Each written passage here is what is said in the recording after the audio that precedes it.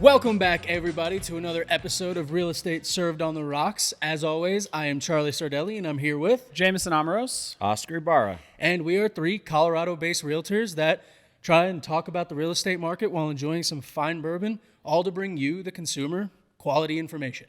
And remember, you could subscribe to our YouTube channel, Living in Colorado, The Mile High Perspective, and you can catch us on our email at resotr@themilehighperspective.com. And Jameson, you phone can call number. us at... Yep, you guys want to call us, text us, shoot us a voicemail, 303-578-0263. Awesome, possum. And hey, guys, check it out.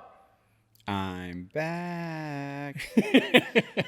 He came out of his barrel. He came out of the barrel. I had last 2 weeks. I had to hit the grindstone, guys. Again, as much as I would love to say that I'm a podcaster, real estate comes first. I was a firefighter the last 2 weeks. I was putting out fires left and right. It got a little hairy, but got through it. Well, happy to have you back, my man. Thank you. Happy to have you back. Thank you. I'm glad as to always. be back. Well, It's been a long 2 weeks without the It is. smoker's cap and the shades, bro. in the shades, yeah. 100%. I was missed.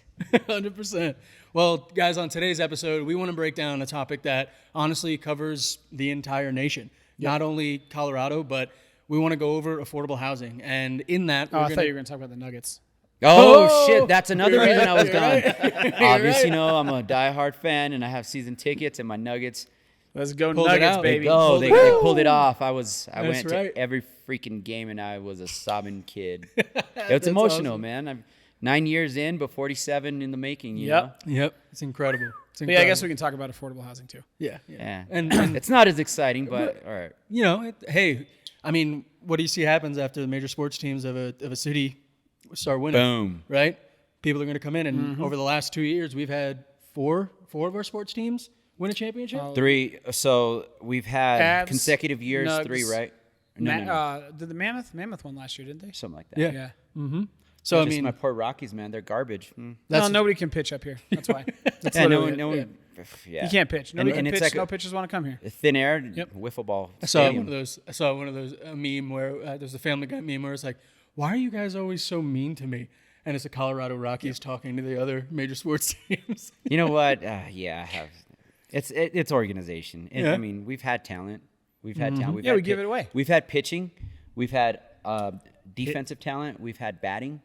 But we trade and we don't spend the money. No. You know what the salary caps are that we have and what the Yankees have? Yeah. Come on. 100%. Well, and I You think know? Denver just got rid of the whole small market argument.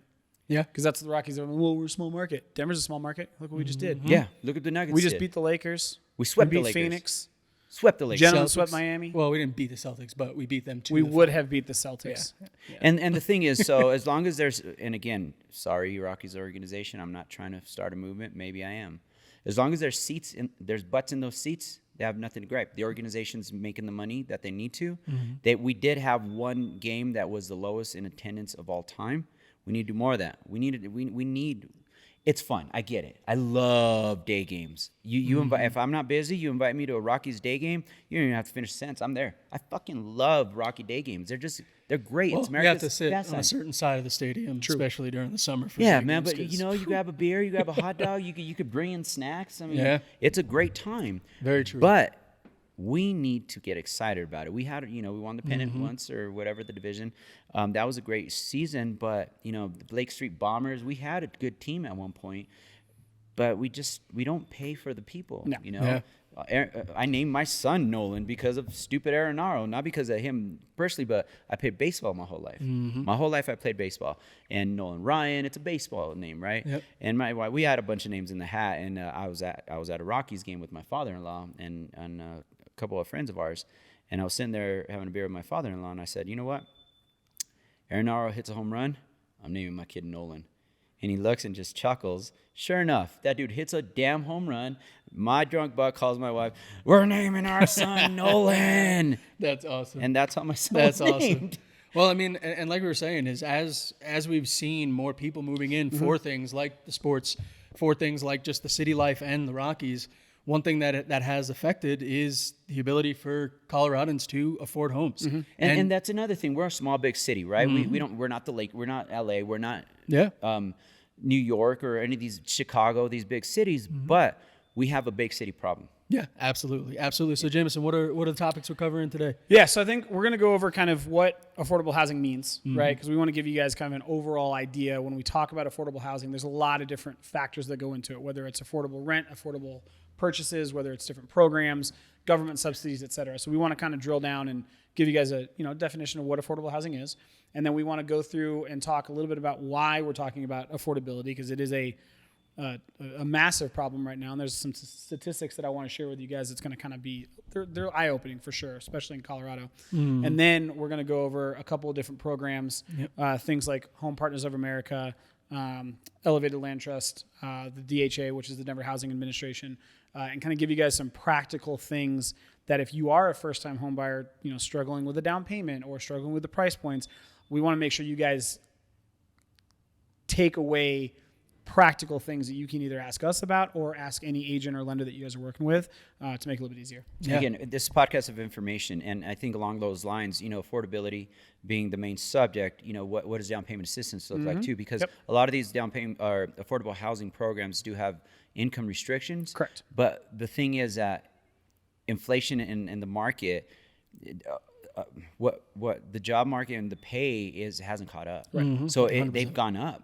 It used to be that you needed like $40K. It's gone up to a lot. Yeah. So that's not a problem. And just know that there's options. You don't need to know this. Your agent does. So we're going to talk a little bit about that. I think we should touch on down payment assistance because that's part of it. And also a big one that no one talks about, 55 and over communities. They're substantially cheaper. Yep. Senior exempt taxes, and that's not a program. That just is what it is. Yeah, 100%. Well, as we go in and honestly touch on a topic that, like I said earlier, is across the nation, it's something that we're seeing is affordable housing needs to be backed more, and there needs to be more knowledge just across the board, realtors, consumers, whatever it is. But luckily, in order to assist us with this conversation today, we had to do it. We got to bring it back. We've been on a small batch. It's a favorite of ours. It just is. But we've been on and a we've small never batch talked kick. about that. No. Well, no, we just no. all like it. Oh, yeah, Collectively, 100%. we liked it. 100%. But I mean, I think this is a good way to round out the small batch tour. The small that we batch have. tour. Yeah. Especially from what we've been having. Yep. This up is how until now. absent I've been.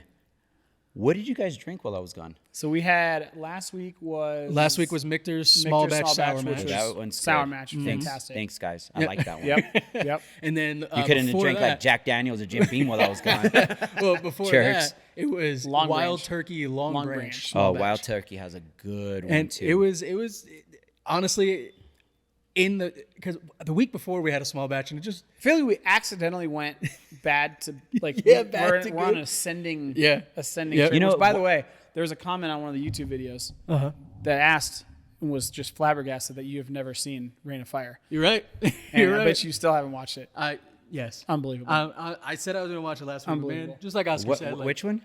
So Wild Turkey Long Branch, just to catch Oscar up real quick, is like the, I don't know, high class version of Wild Turkey, but Right. it's developed by Matthew McConaughey for some reason. He was like the social Because master. because he is Because that's just cool what as it was. shit. And we were talking about it, and I told Charlie, I was like, dude, you got to understand, like, we talk about, drinking whiskey and smoking cigars, and I go, the most underrated Matthew McConaughey movie that I think it is in existence is Reign of Fire. And it's him and Christian Bale in, like, Europe in, like, 2220, but dragons have taken over. And it is- I'm gonna dude, admit I've never seen See, it it's either, so good. but so good. I know the movie and because I read Greenlight, his Yeah. his memoirs Yeah. or whatever, and he talks about his hair loss in the time. Yes. He was bald. shaved his head for that movie. Yes. Yeah. and rocked it the whole time. Dude, it was he it's struggled amazing. with it, Yeah, but he I'm- rocked alright. it. So there's a lot with that movie. If I don't watch it this week, between this week and next week, I don't get to drink next week. Correct. Right? Yes. Agreed? All right. You don't Hold me drink to anyway. it. And Get outta it's here. already, it's on Prime Video, so you already know. Yep. I gotta watch it too. But I know the movie. Okay. I've never seen it, but I Okay. know the movie. Well, Jameson, tell us a little bit about this. And with smoke wild wagon. turkey, before we get off the subject, wild turkey is very underrated. I mean, they think wild turkey, it's brown bagging. It's we good. We know brown bagging. Yeah, it's good. It's Their better than lower brown end stuff bag. is Yeah. ugh. No, it's But good. they have some really good high end stuff. It was very the Long Branch was very one dimensional. Yeah. Like They're- it was just They're what is it called? It's wild turkey, but it comes in this little case I've given out for closing costs. That stuff is delicious, man. Yeah. Might have Their to- higher we might end have stuff to- is really good. We might have to bring that on to redeem the Long Branch. Agreed. Their higher end stuff is a good But drinker. I will say, honestly, the reason we keep bringing Smoke Wagon back is because Fucking great. yeah, Because well, it smokes every it- other whiskey that we've had. yeah, it keeps on fighting. It keeps swinging with everything that we've got. Yeah. So this one is the single barrel, Okay. right? And it's a bourbon. So all of the smoke wagons are high rye mash bills. Okay. Which means more rye than corn. And I think so. Number one, when we say single barrel or small batch, small batch. Every small batch is going to be different because the way that Smoke Wagon works is they mix their older and their younger barrels to get these small batch mixtures, right? So, and they're never going to be the same every single time. The reason they do that is because rye ages faster than corn. So what happens is the younger vintages tend to have a much higher rye spice than the older vintages, where the older vintages, if you guys go back a couple episodes, have more of a creamy mouthfeel. Hey-o. Because it's smoother and it's the corn that's starting My to first day age back, guys. after it sits in a charred oak barrel for a minimum of 8 years. Right? Yeah. So what they've done with these small batches is they go, we like the high rye, but we want the complexity of something that's older. So they mix the young vintages with the older vintages, and then that is what this creates. And I don't know if it's just the process that they do, I know, or dude. just the barrels that they Yeah. pick and they're getting lucky. But man, Listen, if we it's make been it big, consistent. if we make it big and we can go out to Vegas to yeah. their distillery, I would love to. Yeah. About a damn barrel. I would love to. Yeah. Yeah, Yeah, I would love to. legit. Do You it. know, it is good, and obviously I've been busy and doing all this. I've been drinking, but not just bourbon. Yeah. I haven't had time to just relax and have bourbon. Man, I'm not. I took a sip. And Oh, dude, it's even sweet. Yeah. So this It's thing really has good. won the Gold Medal Spirits Award in San Francisco 2016, 2017, 2019, and 2021. It's just consistently good. Yep. Price wise, you're under $60. Price So, point. Which incredible. Yeah. I mean, I would love to say you can't beat it. There is some good bourbon at a good price out there. Larceny being one of them. Yeah. You know, but you know what? I'll pay to have it. But what they're priced at, it's fucking great for You know, what it is. and it's honestly, 100 proof, so 50%. Yeah, 50, it's yep. It's a great bourbon. It just And is. well, in all honesty, what's really cool to Smoke Wagon for me is that even on the nose right away, this I think deters the sorry guys, but the layman's bourbon drinker. Sure. In a lot of people They we smell talk it and they about. go, ooh. Yeah, exactly. They're gonna Whoa. smell it, and I'm pretty sure in the description it said for this one that Dried it- apricots and heat. but heat. Yes. But then the heat dissipates towards the end. Correct. So if you're a newer bourbon drinker or whiskey drinker, and somebody pours this out for you, and you just go off the nose, I think 100% people are going to go, I don't know if I could do this. It's a little too. But if you want alcohol-y." to impress some friends at a poker night with some good bourbon, Bring anything Smoke just the Wagon. name, Smoke yeah, Wagon. 100%. Yep. That's cowboy. Yeah. So Yep. you'll impress them just by the bottle. Yep. And then when they drink the juice, they'll be like, "Dang, this guy knows what he's or girl knows what they're doing." Yep. As far as the nose, I will say that it is very, very burn forward. Which it should. Yeah. It's a 50%. It's a high proof. High proof. It is burn forward, but Delicious. And it's still going to be a high rye because that's what they make their Yeah. high rye mash bills. So you're going to get that rye spice. Mm-hmm. But you can And I- also I- smell some of the sweetness coming Yes. in as it settles. when I'm wanting something, I don't want super complex. But Yeah. I want something that I'm gonna sip on and enjoy. I want something there, and that this has it. It has Yeah. that spice. I've has that every little something. person that I've introduced to Smoke Wagon has said it's one of their favorites. Yeah. Every single person. I haven't heard anybody say anything Nope. bad about Yeah. it. Every I've never person. tried their vodka because they do vodkas. They too. do, Oh, yeah. okay. I've never tried it. it. but- interesting. I'm not really a vodka drinker. Yeah, neither am I. It's like I was talking to some people about the podcast, and they were like, "Well, do you do anything besides bourbon?" I was like, "We can, Yeah. Oh, yeah. but we like bourbon. Let us know if you want us to. But what branch do we, out. what do we do? I mean, You guys want vodka turn tastes shots? What? vodka tastes like vodka to me. It, Yeah. it I does mean, take it. There take a certain palate, for there is sure. that kind of cringe you get with like McCormick's, Uh-huh. and then you get Kettle One. You're like, okay, I can Yeah. tell the Yeah. difference, but flavor wise, it tastes like rubbing alcohol. Especially I also if- feel well, like we'd have to especially be if like you- 3-piece suits or if you like chill horse it. jackets. Yeah, it's like- martinis, not we gotta do not some highballs. dirty martinis Yeah. or something. That's the way we go. Well, but I was going to say, as far as the sips go, the first sip. I'm Second. going with cranberry vodkas if we do vodka. I'm just saying. Although it is hot, it's not as heat forward as I would think it would be. It melts. Yes. It melts. And this is, to me, It legit has flavor. well, I It was going to say, melts, this is the yes. definition of complexity. Yes. Because it comes in waves. And like Jameson says, as it melts, it gives way to Dude, different I get flavors. I get the caramel. I get And- the dried fruit. Let me Oh. let me kind of clarify when at least when I say complexity, right? It's flavor. It It's is flavor. yeah. You know, you bite into, let's say, a hot dog.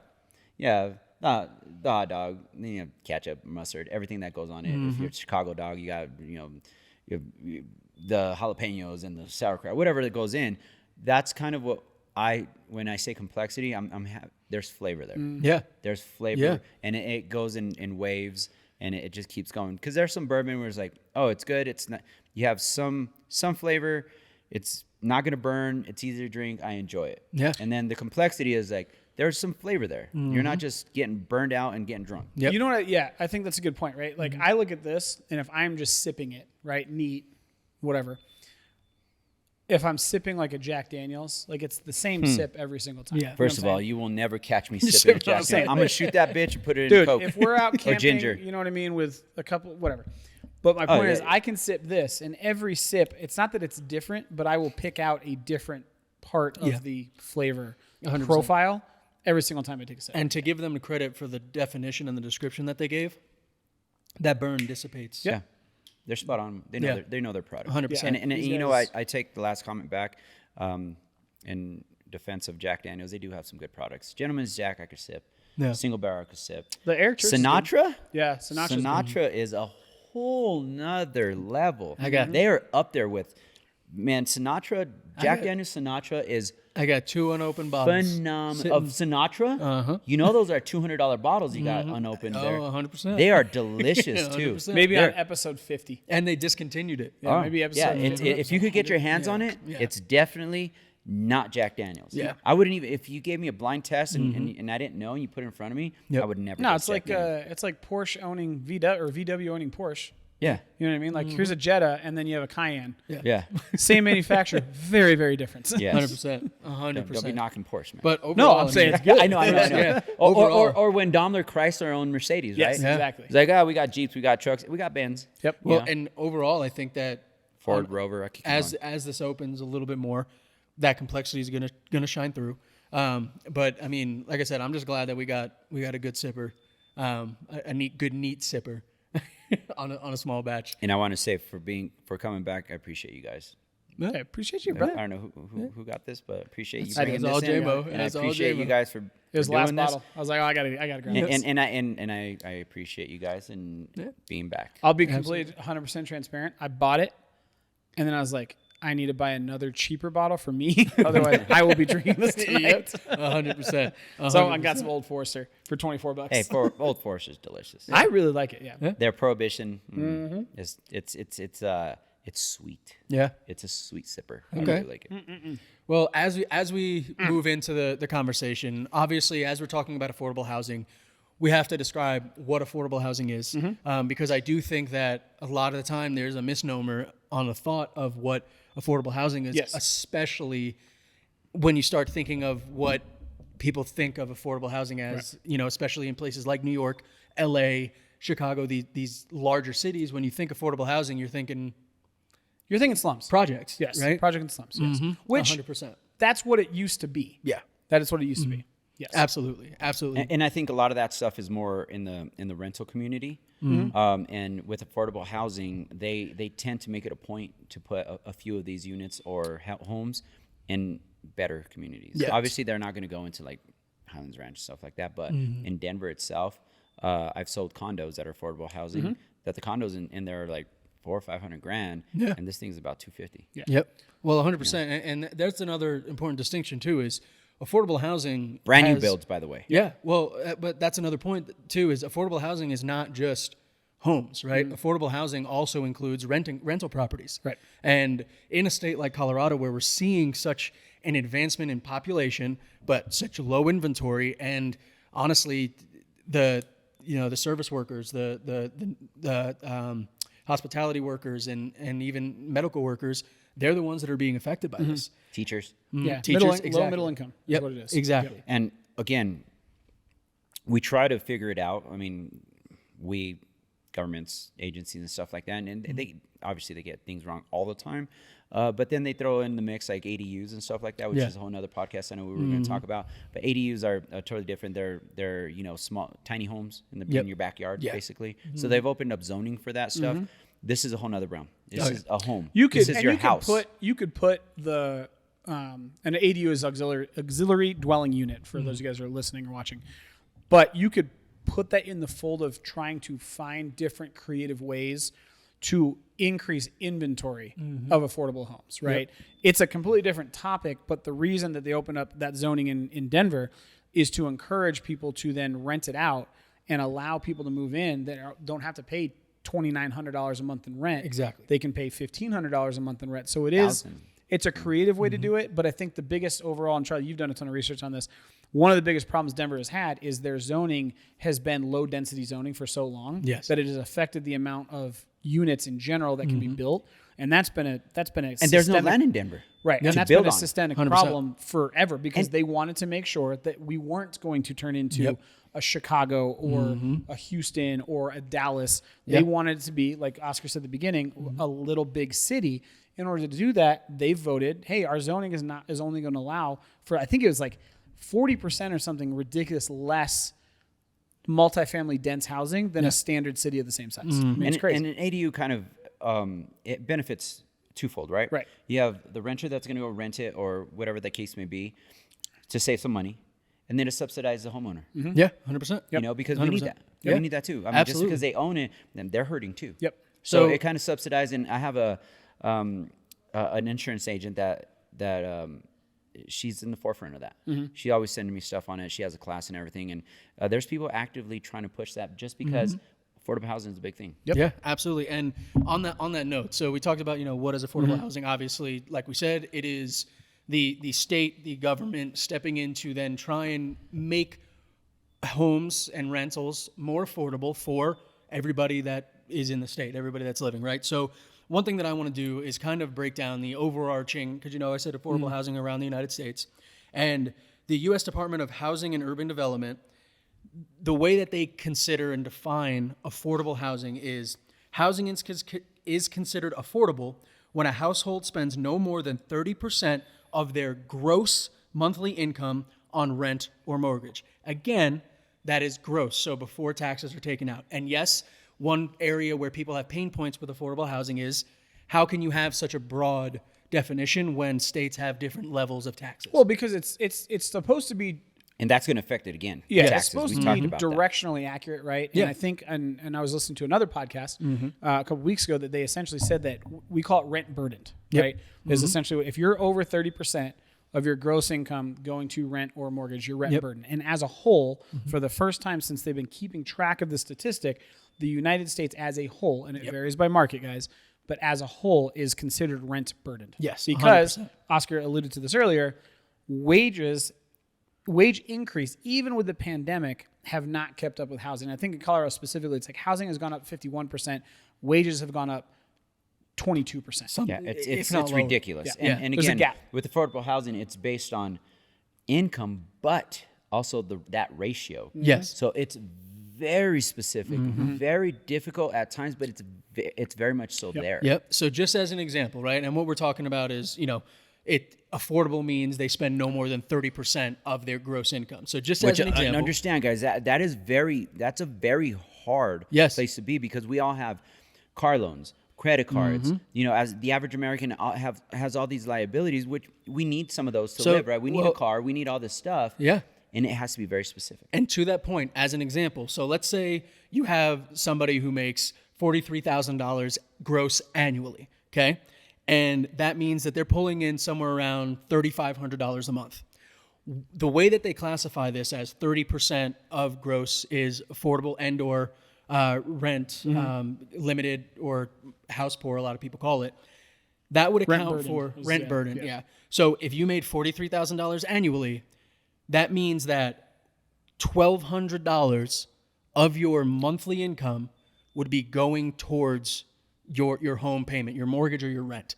So if that is the case for you, if 30% of your income goes towards your rent or your mortgage, you are considered in the affordable household at 30% of the income. And it's gone up substantially with the market. I remember 10 years ago, it was 43%. So just as an example, 43,000. It was, I think it was 35 to 40,000 if it was one person. Yep. If you have a household of two, it didn't matter if the other person, if it could have been a child or a spouse, you were bumped up to maybe 65, So 60. so to that point, let me give you a little stat and number here. So in 2019, the 2-person limit here in Colorado and Denver was $25,200. Okay. Now in 2023, the last report for that 30% is now $29,790.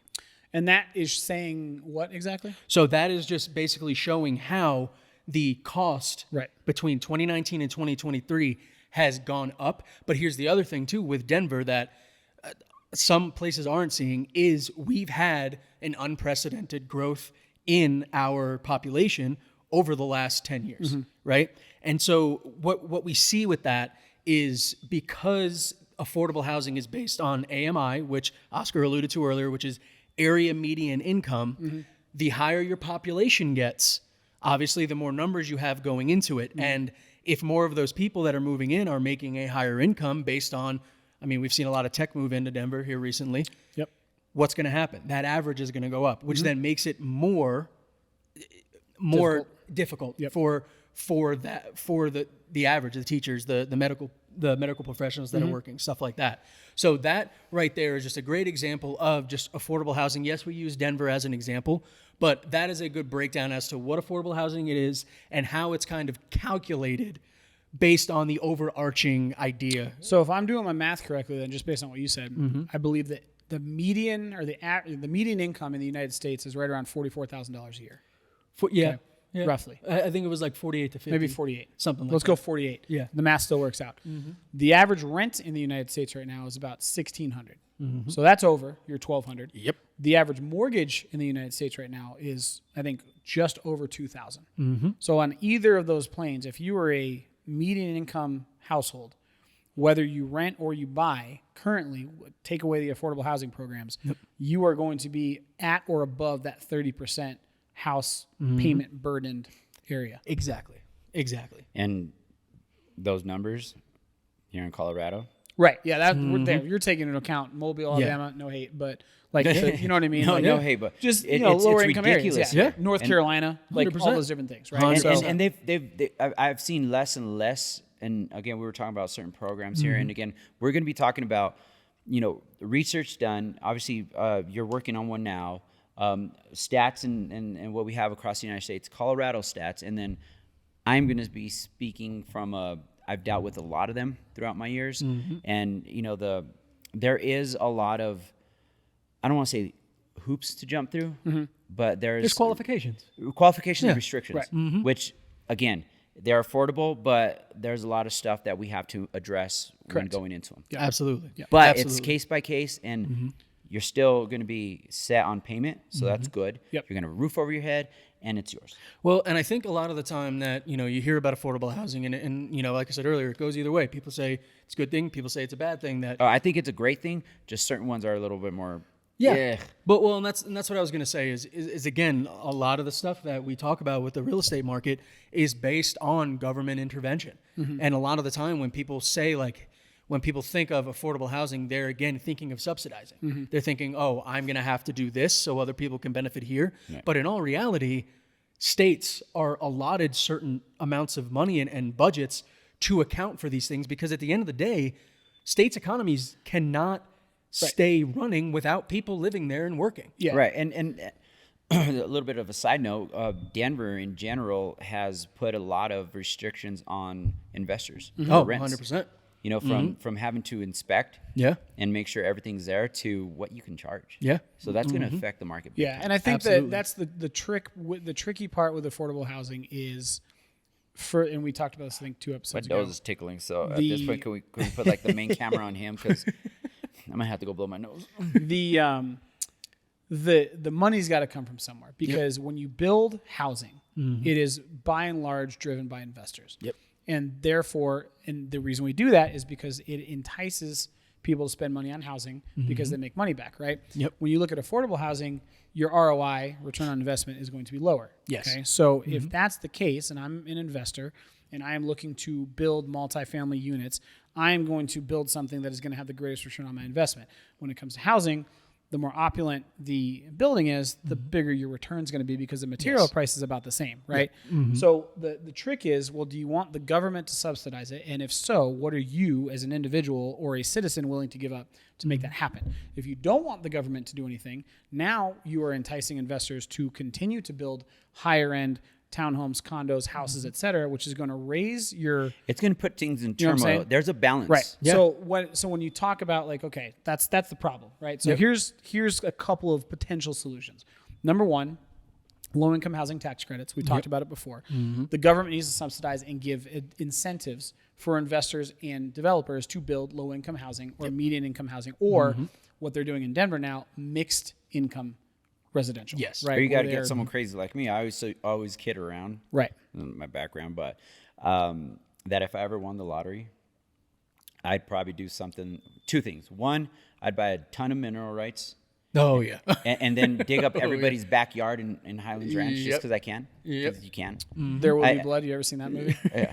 Just So drill I- under and then bend Yeah, down. just because I And can, then right? Beat a I- priest over the head with a bowling ball pin. Yeah, I'd Elon Musk it big time, and I'd reverse gentrify an area, buy some land that's zoned for it, like in Highlands Ranch or some affluent community, and put a bunch of low-income housing. Yeah. Not that low-income housing, affects, it's all good people, but I used to joke around and be like, I'm going to go to University Hills. There's a bunch of mansions down there, right? Yeah. Buy a plot of land and put a big 20-unit, 50-unit, and 100%. charge $200 a month. Let's go. Well, and the beauty of it is reverse he just- gentrify. he That's just- not going to happen, right? That's fictitious. That's funny. Well, so yes and no, the because- government subsidizes so something like that can happen. But the other option is you do get private equity firms that come in and say, hey, from a altruistic standpoint, we want to bring, because I mean, here's the thing, right? This is a soapbox, so I apologize. But when you talk, I actually really fucking hate the term low income housing. Me too. Right? Yeah, me too. Because Absolutely. the connotation is so negative, and I have 100%. been Puts those people in a box. House Right. poor, all those Yep. terms. but I it's have not been good. to some places that would be considered low income housing areas or whatever it is, right? And the one thing that I always walk away with is from a cultural standpoint. They have and- damn good food. You know what I'm saying? Well, just in general, right? Yeah. From a cultural and from a, hey, how do I contribute? Like most people are good people. Yes. That maybe just are disadvantaged based on a multitude of factors, Life right? happens. And Yeah. you could do a whole Oh, yeah. documentary. There's plenty of good ones about how zoning has essentially just congregated, lower income populations into one area, and then that perpetuates a bunch of different things. And right? they try to rectify that stuff back in the day, with redlining and Yeah, but it's blockbusting and tough, stuff man. like that. It's It- tough, it's right? hard. Life It's is tough. going to happen. Well, and especially- people, human beings, we're a creature of habit. Yeah. And we can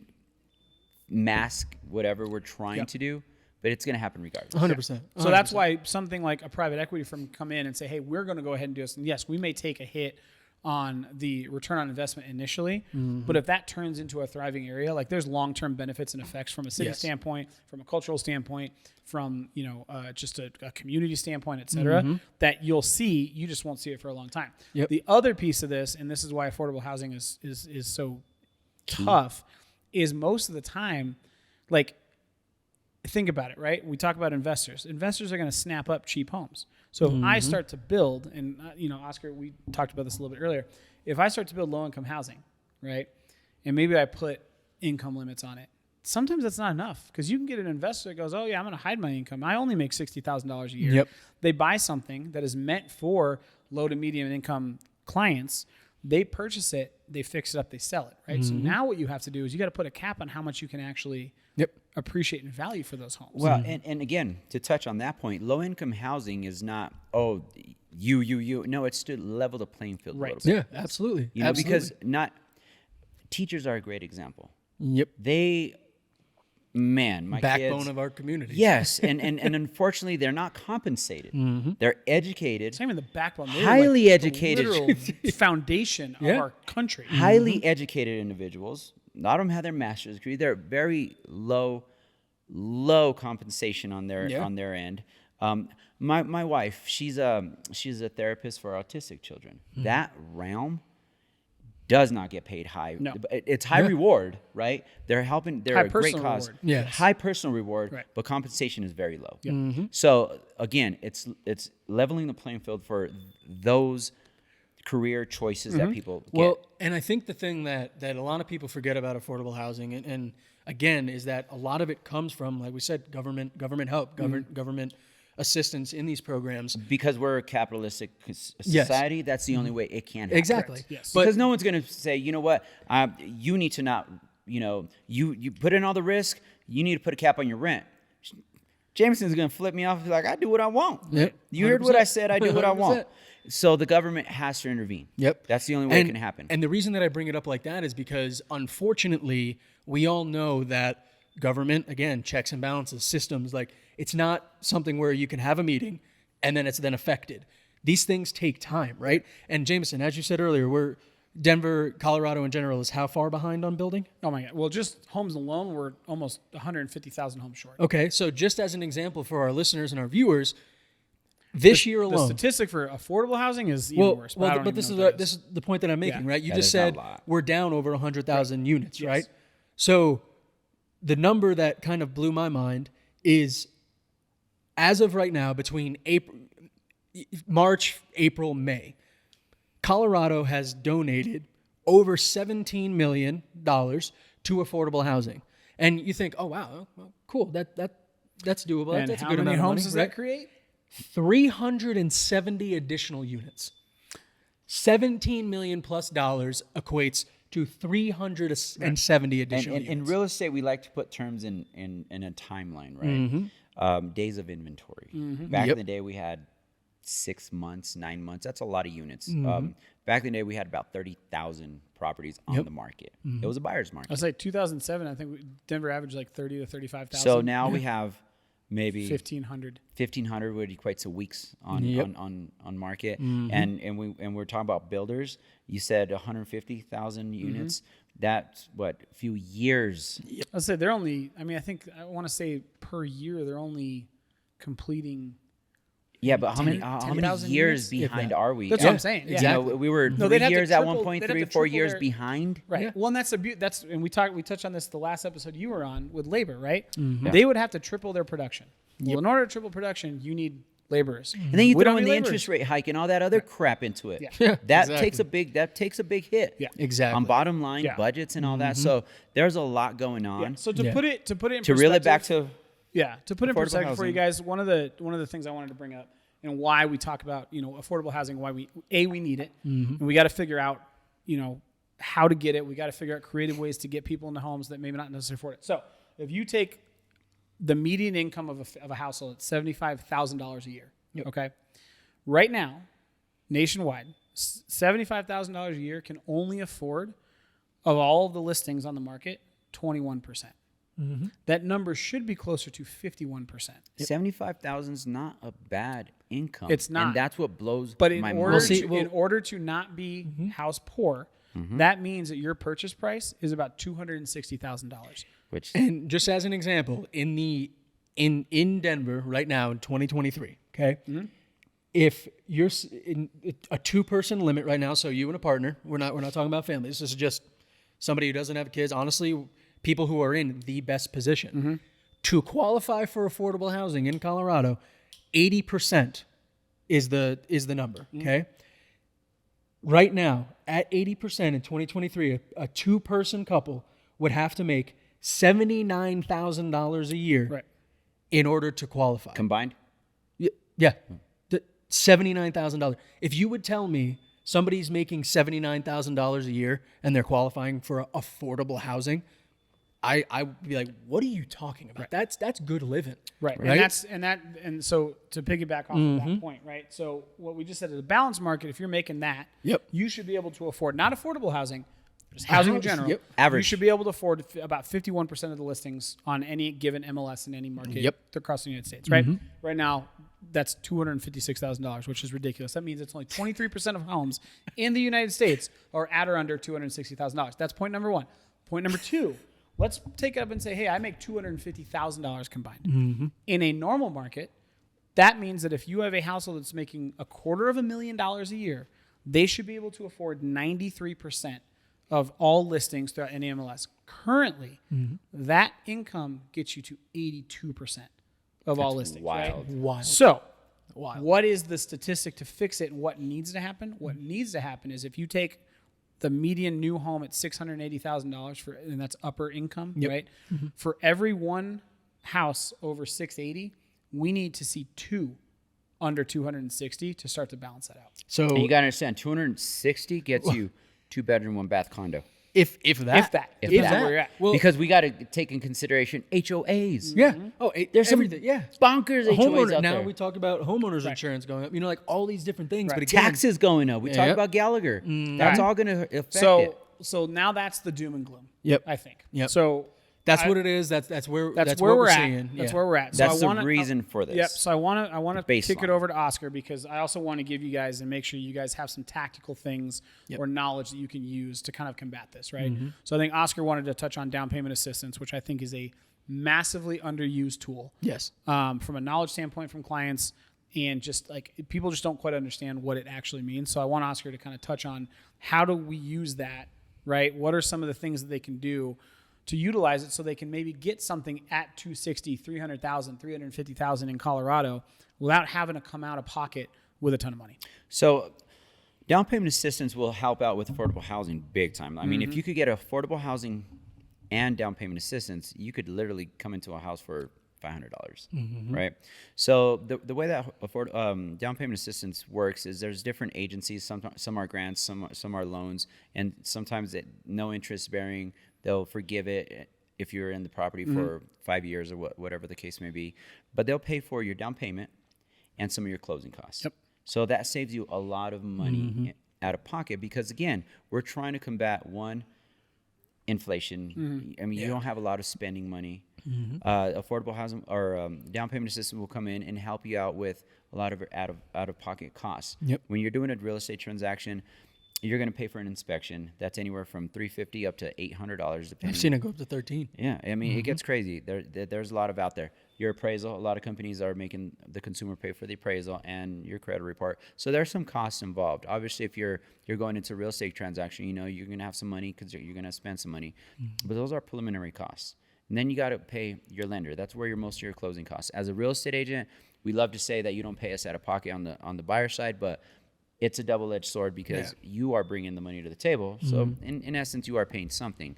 But no, you don't pay us nothing out of pocket. Most of your closing costs are going to be your lending costs, and they're going to be any miscellaneous costs throughout the transaction. Down payment assistance covers your down payment. I've seen them go up to 6%. If you go on FHA, down payment's 3.5%. Then that allots the rest of it to go to your closing costs.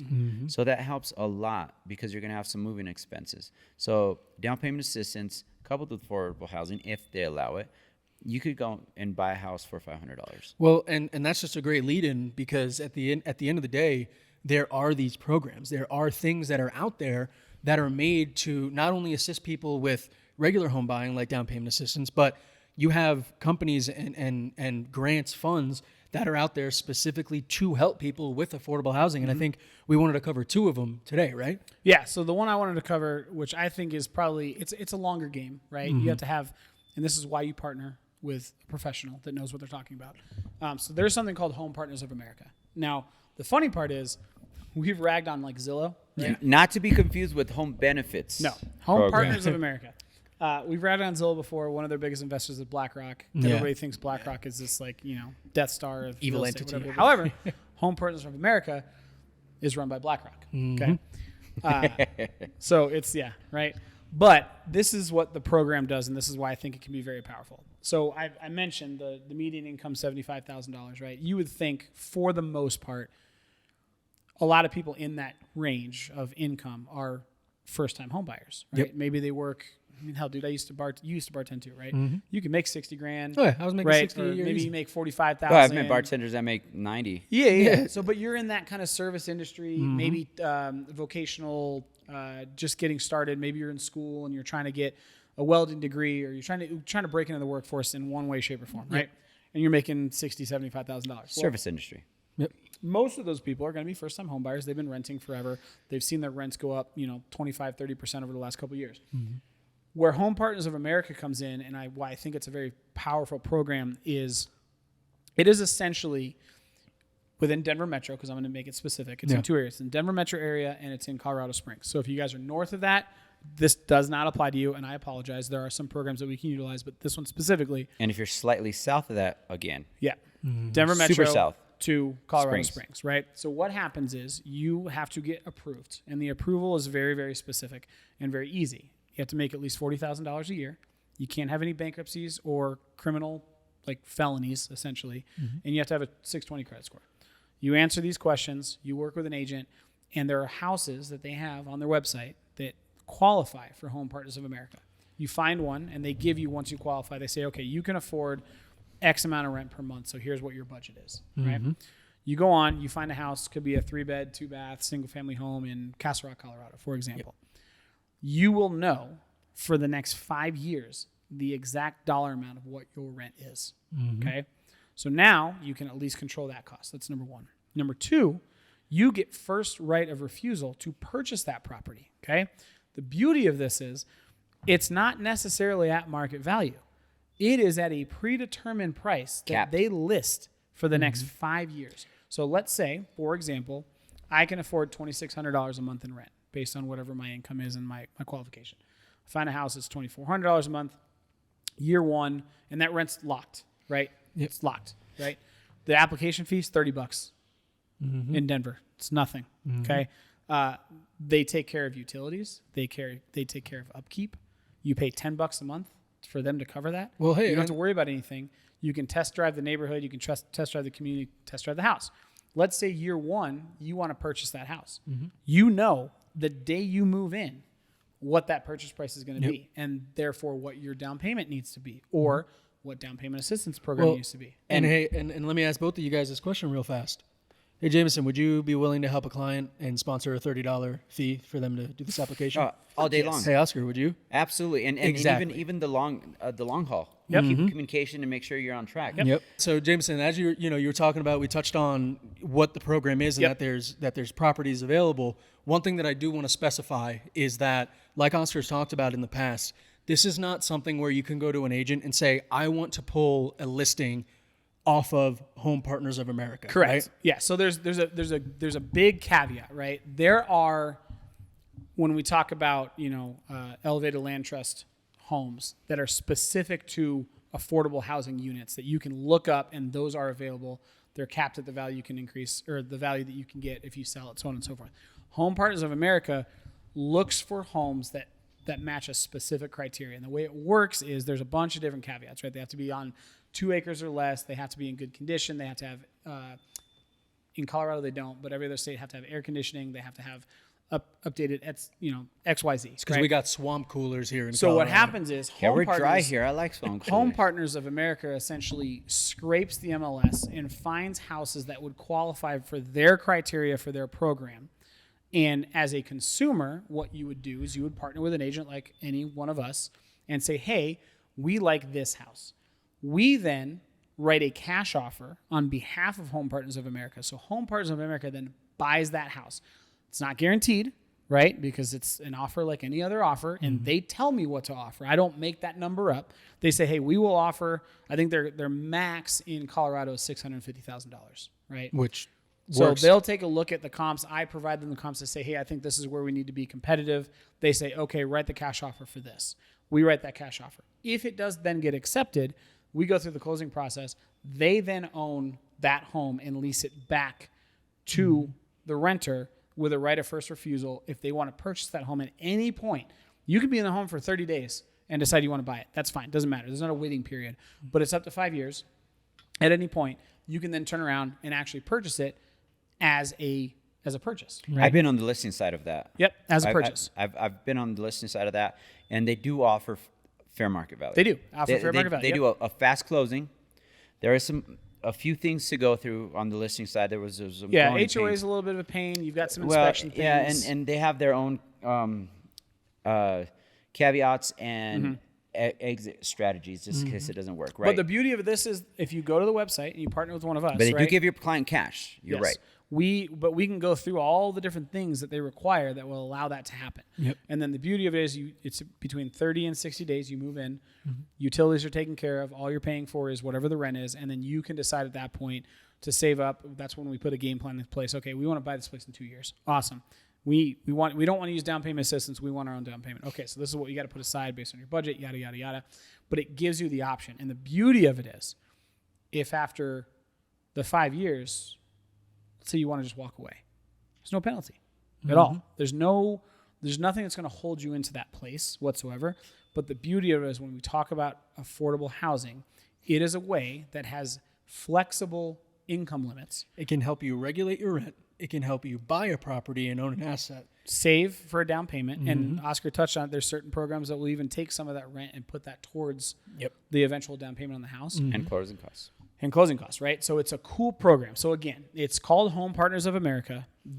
And here's the beauty of it, right? A lot of people think, well, it's basically I'm just renting. No, they make you work with a realtor, whether it's their own or the one that you partner with, because they want to make sure that you as a consumer have that expertise on your side as you go through this entire process. And then you have the ability to purchase a house. And the beauty of it is, and you cannot say this for any property on the goddamn market right now. Oscar, I'm going to give you an address. You tell me to the dollar what it's going to sell for in 5 years. You can't, right? No, especially not in a state like Colorado. I'm still trying to price out a few of the stuff That's that I'm what doing I'm saying, now. right? With Home Partners of America, if you move in day one, you know on year 5 what you would be purchasing for, which means you can work with your lender and go, hey, I am guaranteed I will purchase this house in 5 years for $572,000, 891 cents. How do I need to get approved for that? And again, Phenomenal. Because again, we have a very big viewing base. A lot of our people viewing, maybe realtors, they're probably squirming in their seats, right, on the listing side. Oh my God, Home Partners of America they're kind of like the Quicken Loans of it, right? I've had great experiences. I've had crappy experiences, but at the end of the day, we got to understand that we're here for the consumer, and it's a great program. I've done a handful of transactions on the listing side of it. I've never done the buy side of Home Partners of America. And I've had some pretty crappy experiences where they pull out and we're like, really? That was it? And unfortunately, one of them was family. And yeah, that wasn't the best. But again, there are certain agents that they vet and they're the part of the program too.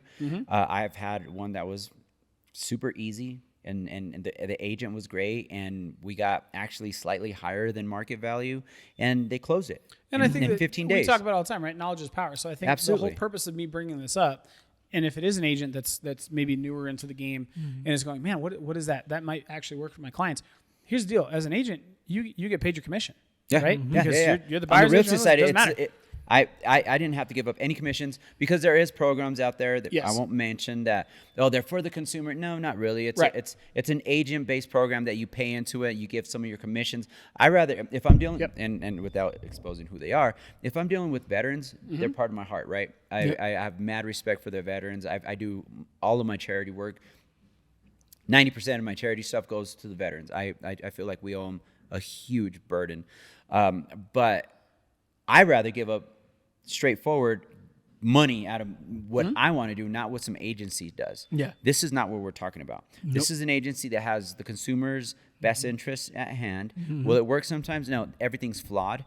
But I think from the real estate standpoint of this specific program, it doesn't change us how we get paid or what we do. No, and the reason I bring that up is because if you have two agents on both sides of the transaction that understand the process, it does become that much easier because you can have different hurdles. And you're going to give me a cash offer and close in 15 days? Right. I mean, come on. Right. Yeah, you may bail out after day 15 if something's wrong with the house and you can't get it done. I've only wasted half a month. Or their income, some reason changes. Right. I mean, 15 days is nothing. All right, Oscar. So we covered the Home Buyers of America program. There was another one that you have experience with, whether it be good or bad. But there is another program that you can expand on, right? And that is what is it? Well, it's a ECTL. Yeah, it's an Elevated Land Trust. Yeah, so I've had some pretty rough experiences with them, but they're a good. It's good. It's a good option. It is an option. It is an option, Yes, and I'm very much so an advocate of the consumer to a fault. and I want them to have the American dream. Also, no If- such thing. if- But continue. There is no fault. Right. Yeah. And you know, I want them to have the American dream, and I want them to own it. Now, that program is super good. They have some of the best prices on the market, but they do control a little bit more of the transaction. Okay, so know, can you go have- into that a little bit Yeah, more? so if you're buying, and again, I think parameters have changed because he's doing one now, but the ones that when I was working on one, you know, you have the income restrictions, all that stuff, and then you can only sell for 25% of the market. If the same unit and house in the neighborhood is selling for $500,000, you may be only able to sell it for $250,000. Yeah, I think what they did is they put a cap on the amount of appreciation you can get. Yes, on and selling that's a across house. the board. That's Yes. what Denver housing. I love Denver housing, by Yeah. the way. Denver housing, I will deal with all day, every day. I love their program. Yes, there's some perimeters, but they give ownership to the consumer. And I think the important part of this LA Land Trust, and I'll give it back to you, but when you talked about income restrictions, right? LA Land Trust, the income restriction is $93,000 for a household. Yeah, it went up like crazy. It went up, right? So- There's a lot of perimeters that went up. Yep. And this is totally off subject, but because the government's trying to fix shit, and again, nothing's perfect. But when It's you like steering a goddamn aircraft it's carrier. like herding cats, right? Dude. It's just fucking going to be crazy for a while. Everything you know, costs everything. Or teaching t-ball. That's the same shit. Herding cats and coaching t-ball, same shit. I will do neither ever in my life. Oh man, I am helping right now with my son, and it's crazy. If he needs a batting coach, let me know. I got you. Man, I got you. you know, I don't know, but anyway, so Denver housing does a great job with that. So there's going to be a lot of perimeters. One of the things that I don't like about the ECLT is that and again, they might have changed. I dealt with a lot of new construction with them in condos, and if it's single family, they do $100 a month long term because it's a land lease, right? So and then they come in, and then you can't, you know, it never becomes an income property. You can't make money on it. They want to know who's living in it, and then that's more, you know, invasive. You know, the government can't tell me who lives in my house, you know, type deal. But Denver. The Denver Affordable Housing Program is one of the best, I think, there and their perimeters. But again, ECTL may have higher ratios, which is great, which gives you a lot more. It's kind of the in between, Yeah, right? it's the in It's in between. between. Yes, there's going to be that $100 a month Right. regardless, and they might poke into your business a little bit more. But those are just allow them. They're not going to be knocking at your door every day like, who's in here? I think it's not going to happen. more of a, They don't have the manpower for that, right? It's like a stepping stone, Yeah, right? yes. But it's a better stepping Yes. stone. It's Better than not renting. Yes, it's Yes. better than renting. It's not as good as like the Denver Affordable Housing Project, but it's the in between where if you fit in that niche, and this makes the most sense, you have a controlled cost. And like I said, the one that we're doing right now, just to let you guys understand the kind of how it works, is the median value of homes in this neighborhood and comparables, right, is $550,000. Okay, and we know $550 right now at 7% interest rate. You're talking. $3,800 a month, $4,000 a month, something like that. Yep. So this house that we're doing is being sold and can only be sold for a cap of $356,000. You mean to tell me I'm going to save $150,000, $175,000? They could come see who's living in my house. I don't like people in my house anyway. And not only that, again, that's yes, I mean, you that's may just the not- mindset you have to have. Yeah, and you may not sit there and be able to ride the wave if interest rates drop and say, okay, I appreciated 20%. But if it's 3 or 4% a year, and then you can sell that in 4 years, and you at least make a little bit of money. Last time I checked, a little bit's more than zero when you're renting. Actually, Absolutely. more than negative when you're Oh, renting. yeah. Yeah. You know what I'm saying? And Yeah. if you fit into, let's say you don't fit into necessarily the $72,000 or $60,000 income limit, right? But you don't make enough to afford a $550,000 house. Yep. This is something that could potentially work for you short term. You have a roof if you over have your plan. head. Yes. You're making getting it little at bit a of appreciation. ridiculous price. You still get to appreciate some. Correct. Yes. And at the end of the day, it's not your forever home. Exactly. 100%. So yes, it's give and take. You know what? I'm in an area that I want to be in. I don't get to appreciate, but at the same time, you're also not paying and I Exactly. think $2,000 more a month to live there. Well, and I think it also comes down to the thought of like, you know, a lot of us want to have our cake and eat it too, right?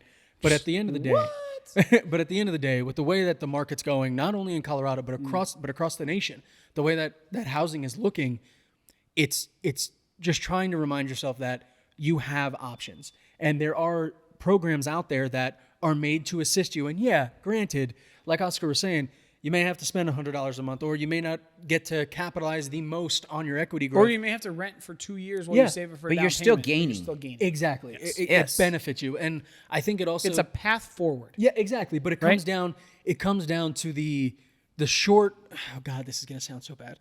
But it comes down to the short-minded ideologies that we have come to find in these recent years, where it's like, oh, you're telling me I'm only going to make 20 grand with this over 4 years?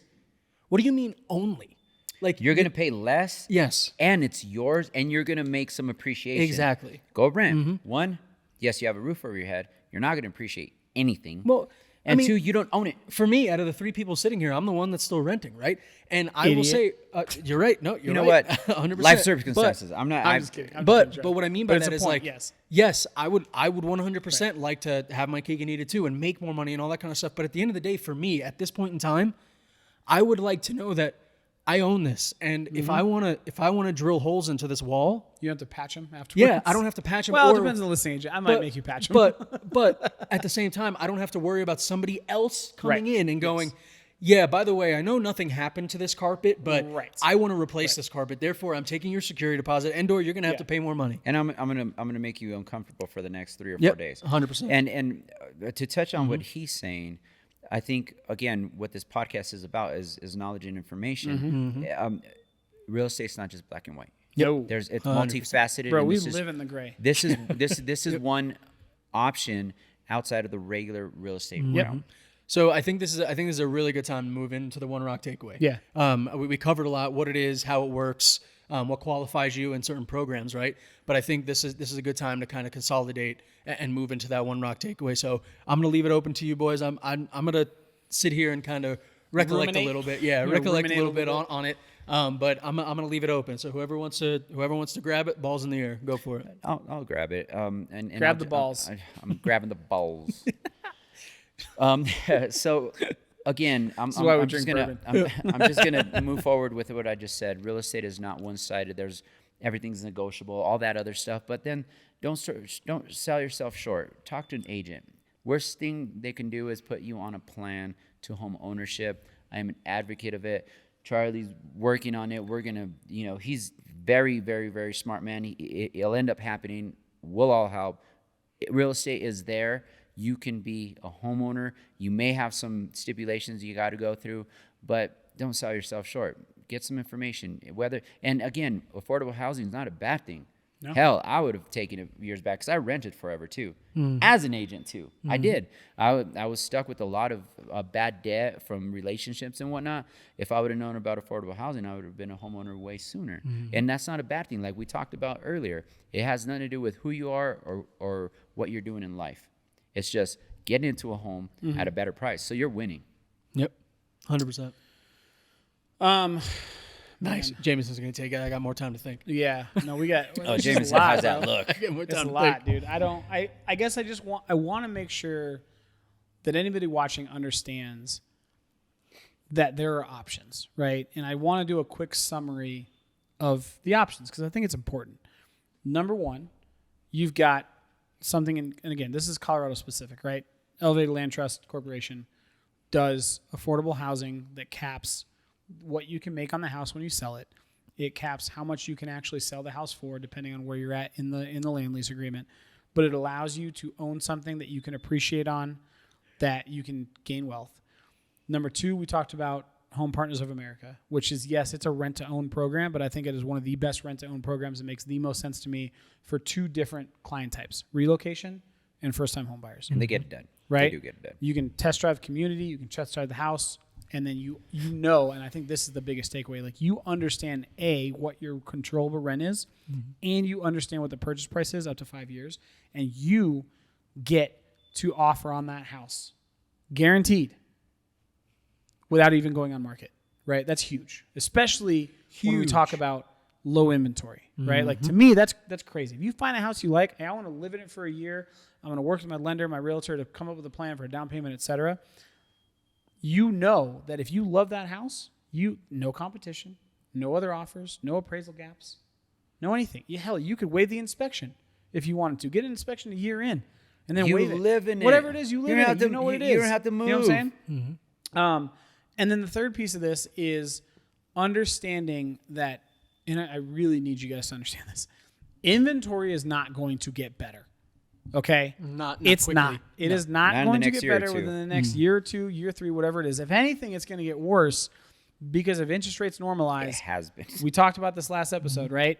If interest rates drop 1.5%, so we're at 7. If they go to 5.5 or 6%, you are going to have over 5.5 million buyers flood back into the market. Okay, flood. Hell, I just read the statistic on my phone because I'm recording on it. Last week, interest rates went from 6.97. Okay, this is fucking wild. To 6.79. They went up this week, right? I'm talking 2 weeks ago until last week. 6.97 to 6.79. That's what, 0.2%, if that. Mortgage applications rose by 9%. So what do you think is going to happen once they go to 6.5 to 6? And what's crazy, if we're talking percentages, we're talking fractions of percentage that it went down, Right. and full percentages that it Yes. went up. So the point is, if you are on the fence, if you are waiting to buy, if you are waiting to see what interest rates are doing, don't. If you're serious about getting into a place for your own, let us know. Contact us. We'll walk you through it. None of us are going to force you to do anything. Heck, no. But I wanna we work with will people be that very, very blunt wanna work in with saying Not that forcing. this is what we see. Okay. So don't let headlines, don't let financial challenges, don't let, hey, I might have to play the long game. We have solutions. We're here for to inform. all of that. And I really want to touch on the fact that I'm here to inform because I had an hour conversation this morning of all information. I had no monetary gain on it, but it fulfilled me for that full Bro, hour. it's education. That's why we do this podcast. And they built something off. I thought education. it was just a casual conversation. They were like, Oscar, thank you. And that feels good to me. Yep. We're here to help. And if I could throw a cliche out there, it's real estate is it's don't wait to buy real estate and wait. I mean, it's kind of All right, true. fine. I'll throw my tagline in. Yes, zoom in on me. Okay. Ka-chow. Time in the market beats timing the market And- 100% of the time. And TM. and for me, it's so. Thank you guys for giving me time to think on the One Rock takeaway. And I think this That's is why I something extended mine because I knew I- you were ruminating. I saw appreciate the it. gears we saw the turning. cogs I turning. appreciate you. And here's where, honestly, I'm gonna bring it back to the human element for my One Rock takeaway. Do not think, by any means, that if you need to go the route of affordable housing, if you need to rely on these programs in order to get into a home, do not think that that lessens your value as a homeowner. Nope. These programs are here. I think it makes you smart. Exactly. Yeah. These programs are here to enable you to own an asset and to start growing a portfolio that's only going to benefit you in the future.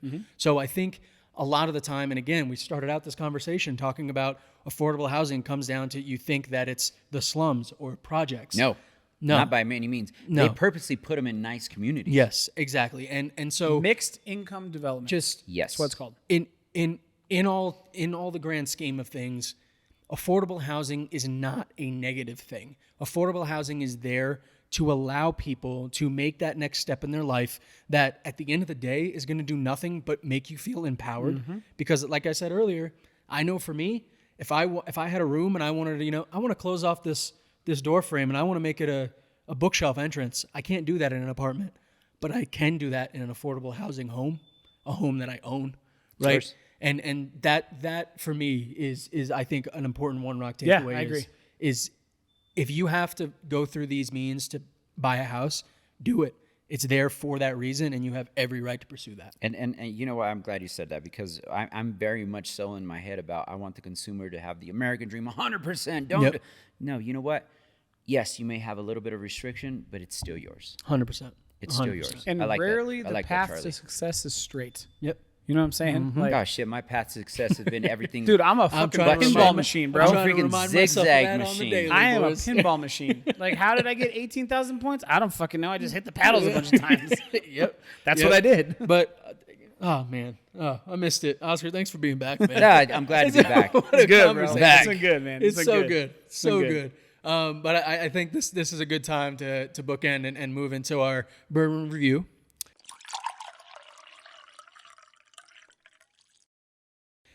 And I'm gonna go first. I love it. Jameson was like, I got this one. I got this one. I like it. Short and simple. Yep. 2 rocks. Fucking fantastic. All right.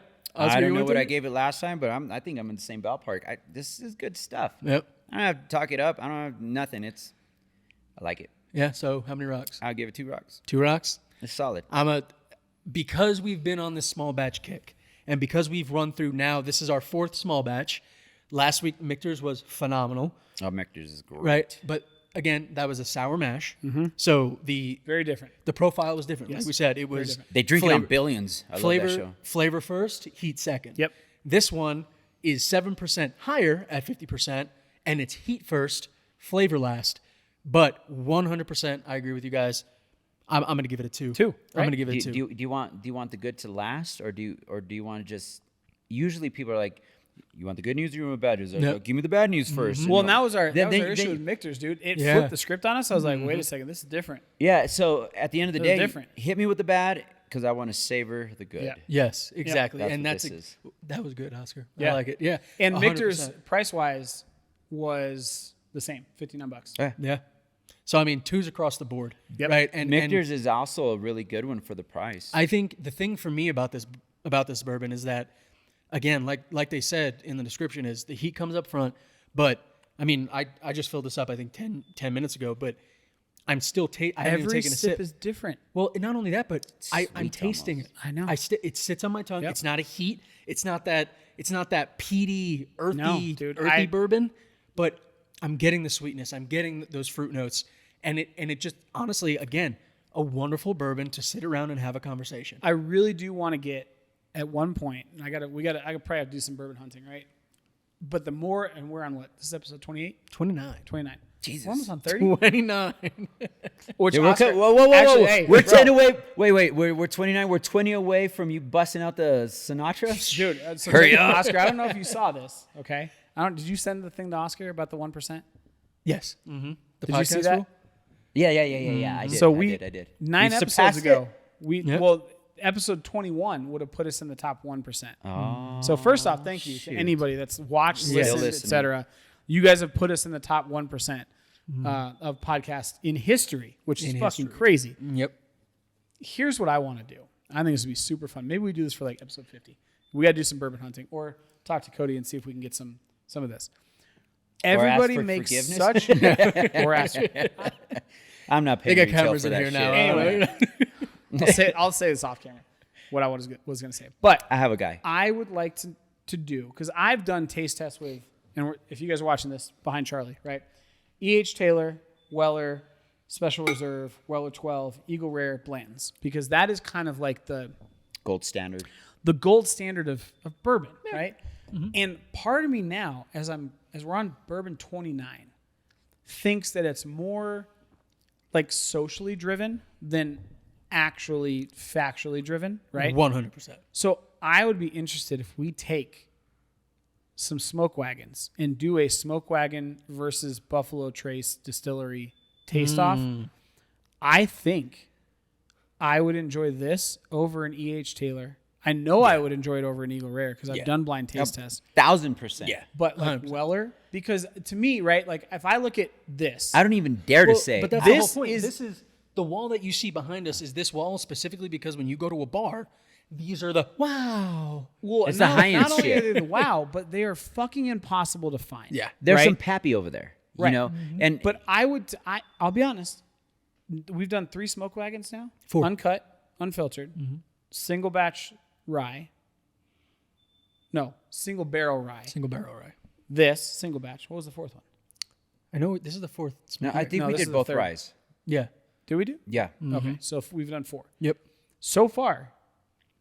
And I've had Weller. I've had E.H. Taylor. Yeah, I've had all Blanton's, that shit Weller up there. 12 Special Reserve. The only one in my head that comes close is the Weller 12.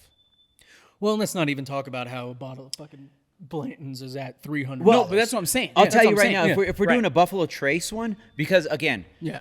me personally, I'm a Elijah Craig fan. That barrel proof is delicious. Yeah, but you know But what? this is a We lot rated it. cheaper and a lot taste, and it tastes Yep. damn good. You know what I'm saying? But I don't even dare to say, I'll drink this over Buttons. Right. Fight That's me. what I'm saying. 100%. And For not the only pri- that, for the price but and- you and could find this this 8 tastes weeks before better- you find a fucking Blanton's. That's tastes not $300. This tastes better than Blanton's. Yes. And even the Blantons that are on good price at like $79 that you can find every once in a while, it's still $10 more expensive than this. You can find this at a liquor store, right? I want to do like a battle royale between Smoke Wagon That'd be awesome. and Buffalo Trace. That would Distillery. be Hey, awesome. maybe we do something like this. We have a couple guys here at the club that they know their shit, right? And a couple alcoholics that have done a little bit know more. their Actually, shit. hold on. We have a bunch of people in this club that know their shit and a bunch of drunk alcoholics that don't know shit. Okay, we'll go that way. So maybe we get some of the guys that really know their shit and blind them. Yeah. I mean, that's not us because Yeah. obviously we're a little biased on the bottle, but the taste is there. I mean, Dude, I'm telling emotional shit aside, it's good. Yes. But we get those guys, pour them some Blanton's, you. Put it against anything on that. 100%. pour them. I mean, each Taylor's good. The only one that I Each wouldn't. Taylor is probably the only one that I'll be like, eh. But I don't know if you guys even can then, see this on it's the. good. Do you have the wide lens on or no? Oh, damn it. Which one was So that? there's George Stagg. That's good too. That is the one that I Yeah. would say. You know what? Yeah. Cool. What's But that other everything one? High West does Midnight Drum or else? whatever. Midsummer's Night's Dram. That Yeah. one's really good too. There's a few things up there that I'm like, damn, they're good. But I just this price is the, point it's and like the rarity. cult. You know what I mean? Yeah, no, 100%. It's a cult. Weller's a cult following. Yes. 100%. I used to buy the big Weller, $20. Right. But now you can't get it for. I had it at the less than house. My 150. wife was making Weller and Cokes. Yep. Now you can't find that, and they're selling it for $200. The small And bottle. I think they've done that on purpose, where they've limited yeah. the production Cult so following. that they can charge more. And I think Weller's, this, it's a good I'll bourbon. put this over that. Yeah, Weller's a 100%. good bourbon, but it's a cult following. Yep. Each Taylor, it really is a good All right, bourbon. so I think like episode it. 50, maybe episode 75. So one of the big anniversaries. get there. We're We'll doing get a there. fucking battle royale. Yeah. Out of that wall, Yep. Eagle Rare, Weller, and Blanton's, I'll take this all day. 100%. I'm not an Eagle Rare fan. I'm not. I'll be honest. On that I'm not note, either. gentlemen, For $30, I am, but I'm not scared. anything over that. You made a hell of a comeback, my man. Thanks for coming Appreciate back. it. Thanks for having me. Cheers. Cheers. Thank you guys for tuning in. Oh, wait. Oh, you're empty. No, don't forget, you guys can subscribe to our YouTube channel, Living in Colorado, at The Mile High Perspective. You can reach us at RESOTR at themilehighperspective.com or 303-578-0263. Also, Oscar, where can they find you on social? I think you have it. Is it? Oh, I it did is. this on purpose. Let me know what you guys think. I'm putting this on everything. OscarTheRealtor.com, OscarTheRealtor.co, or just Oscar the Realtor. You'll find me. Charlie? That Lifting Agent or The Lifting Agent on Instagram and TikTok. Beautiful. If you guys want to find me, the Colorado real estate guy. Super simple. The guy. The guy. Guys, He's try the some guy. new bourbons. Test them out. Thank you so much for tuning in Yep. with us. We're looking forward to many, many more episodes with you. Yep. Cheers. Appreciate it, guys.